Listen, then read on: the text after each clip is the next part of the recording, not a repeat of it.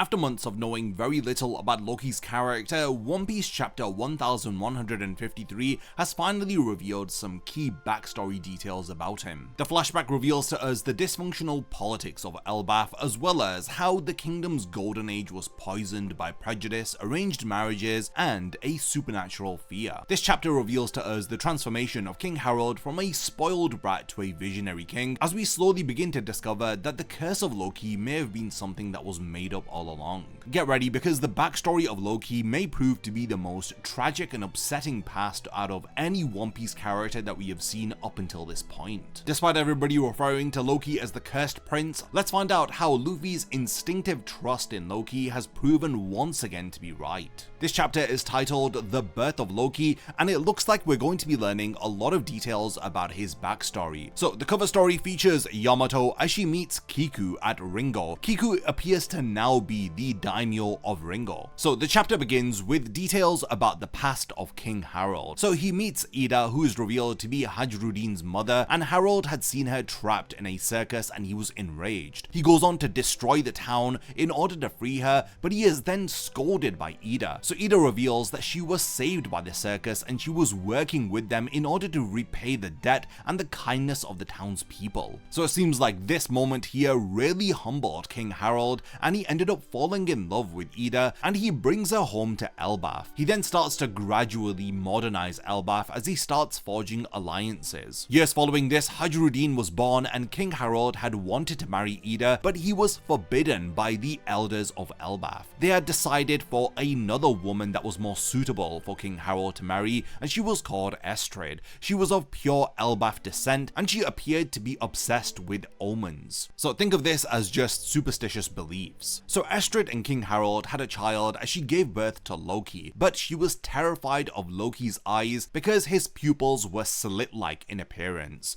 Because of this, he was thrown into the underworld. So these slit-like eyes appear to be similar to those of Sauron from Lord of the Rings. So the chapter does end with baby Loki crawling from the darkness as he is surrounded by fallen beasts trying to climb the Adam Tree in order to return to the castle. So that's a basic overview of the chapter, as we'll now dive into more of the detailed spoilers. So the chapter starts by seeing Harold's childhood with Dory and Broggy. King Herald was actually born strong and bigger than others. Because of this, he had become very spoiled. One day, King Herald saw a female giant named Ida. She was captured and used as a circus show in one of the human towns. So King Herald destroyed the town and released her, but Ida had freckles on her face and thick lips, and she had a ponytail. She's drawn very differently from the women that Oda typically draws. Ida asks Herald, "Who are you?" He states, "Oh, no need for thanks. I am the king of Elbaf after all. I can't let them, the humans, make fun of my homeland by having you work in the circus." Suddenly, Ida ends up slapping King Herald very hard in the face, as Herald was in shock with a very funny expression on his face. So like we've said, Ida was saved by the humans of that town when she was shipwrecked, so she was working with them willingly in the circus all along. Ida ended up teaching Herald that he's not better than anyone else just because he was born strong. Because of Ida's influence, Herald became a better person, and he dropped some of those spoiled traits, and he started to take an interest in the cultures of others. Herald brought back Ida to Elbaf, and he had wanted to marry her, but the giant elders forbid it because she wasn't of Elbaf blood. So Ida lived in a village in Elbaf while Herald became a new person, and he had started diplomacy with other countries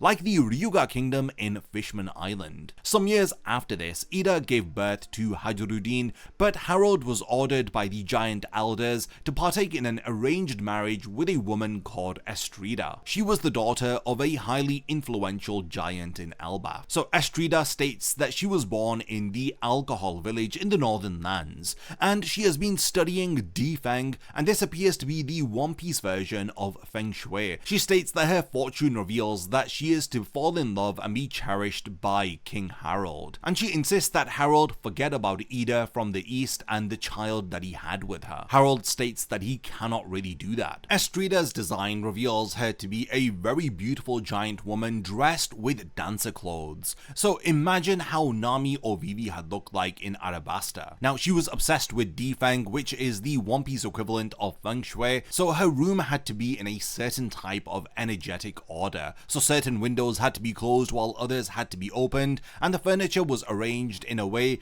that the energy was balanced of any room that she was in. Again, this is building upon those superstitious beliefs that she has. Sometime following this, when Herald was overseas, Estrida gave birth to Loki. This was a baby who possessed demonic eyes. So again, his eyes look like those of Sauron's with that slit-like pupil, as Estrida started to panic and she decided to throw Loki down into the underworld. Estrida ordered the servants to tell King Herald that the baby was born dead. But then in an epic final double page of the chapter, we see baby Loki crying while crawling up the Adam tree. Baby Loki appears to have been very injured because he fought against some of the beasts from the underworld. We see Loki struggling as the chapter ends, seeing Estrida in the castle as Herald is traveling in the sea and Ida and Hajruddin are in the giant village, while the narrator speaks from Queen Estrida falling into sickness. So the spoilers also reveal Estrida's dialogue when she gets rid of Loki. She says, "Remove that child from this world.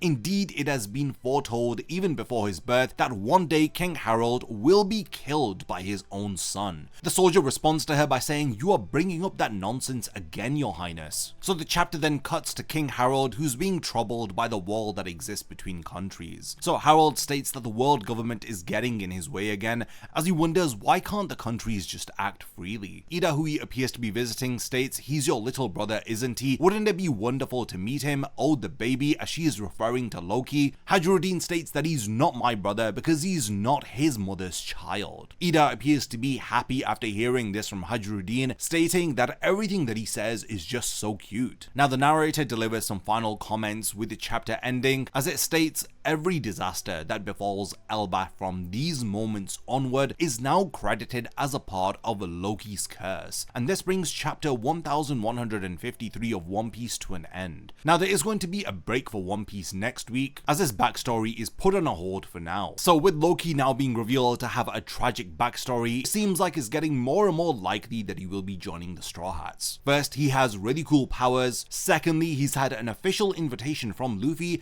and now it's been revealed that he has a tragic backstory. Now all Loki really needs to do is have a dream and then admit that he wants Luffy to become the Pirate King. This chapter also revealed why Loki has bandages over his eyes, because he still wants to please his mother by not showing his eyes off. Honestly, the more that we learn about Loki, the more likable he is becoming. While everybody believes him to be a cursed demon within the story, to the perception of the readers, we cannot help but to fall in love with his character. To think that even to this day, he still wants to earn the love of his mother. So these are the spoilers for chapter 1153. We do get to see Loki as a child with his Sauron-like eyes. We get to learn a lot of information about King Herald, and these flashbacks are really helping us to build genuine emotional investment with Loki's character, and I cannot wait to see more in the next chapter of One Piece. Again, we're on a break next week, but hopefully we should be back with some more One Piece really soon. Let me know all of your thoughts for these spoilers for chapter 1153, and lastly, thanks for making it to the end of this one, and I cannot wait to see you in my next One Piece video.